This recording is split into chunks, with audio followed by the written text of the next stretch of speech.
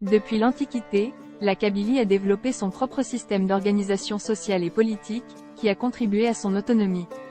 Ce système a permis au peuple kabyle de s'organiser à différents niveaux, que ce soit au sein de la famille, du village, de la tribu ou de la confédération.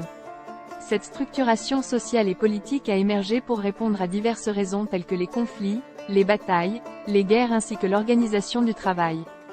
Les Kabyles ont su développer des mécanismes efficaces pour gérer leurs affaires internes, coopérer entre différents groupes et prendre des décisions collectives, ce qui a joué un rôle clé dans leur histoire et leur identité en tant que peuple kabyle. Depuis les temps anciens, la Kabylie était caractérisée par une organisation sociale basée sur plusieurs niveaux. La petite cellule sociale était la famille, qui constituait le noyau de l'organisation sociale. Ensuite, il y avait les fractions, appelées takerouz, qui regroupaient plusieurs familles liées par une descendance commune. Ces fractions pouvaient former des lignages, appelés hadroum. Plusieurs lignages formaient un village, et l'union de plusieurs villages constituait une tribu, appelée la arche. Enfin, les tribus se regroupaient en une confédération appelée takvilt. Il est important de noter que l'organisation sociale et politique de la Kabylie a posé sur 3 unités politiques, le village, la tribu et la confédération.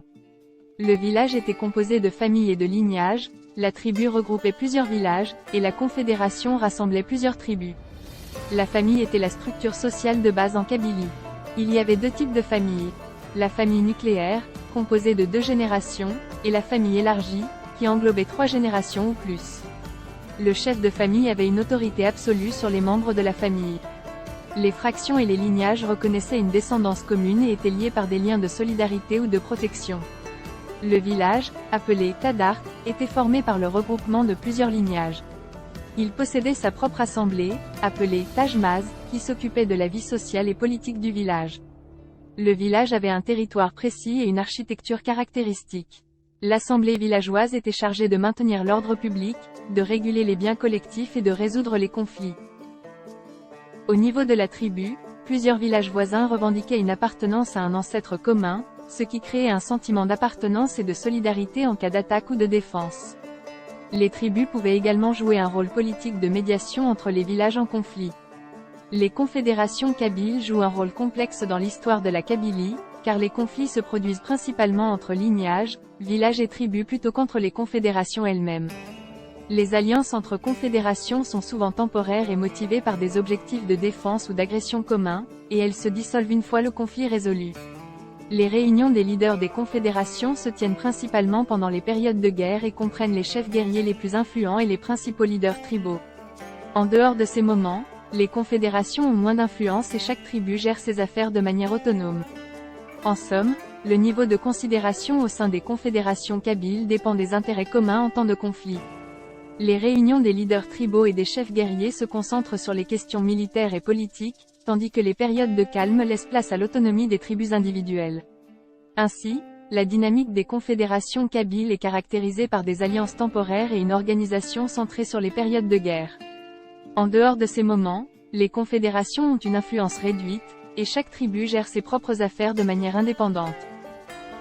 En résumé, l'organisation sociale et politique de la Kabylie était basée sur une structure en niveaux, allant de la famille au village, à la tribu et à la confédération. Chaque niveau avait ses propres responsabilités et assemblées, assurant ainsi la gestion de la vie sociale et politique. Cette organisation a évolué au fil du temps, mais elle a laissé une empreinte significative sur la société kabyle.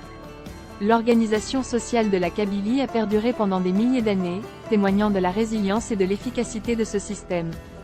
Cependant, malheureusement, le pouvoir algérien semble faire des efforts pour démanteler cette structure et la remplacer par une autre forme d'autorité. Des tentatives sont faites pour restreindre voire interdire les formes traditionnelles d'organisation telles que les assemblées de village et les assemblées tribales, en imposant des décisions politiques émanant des responsables des daïras et des walis.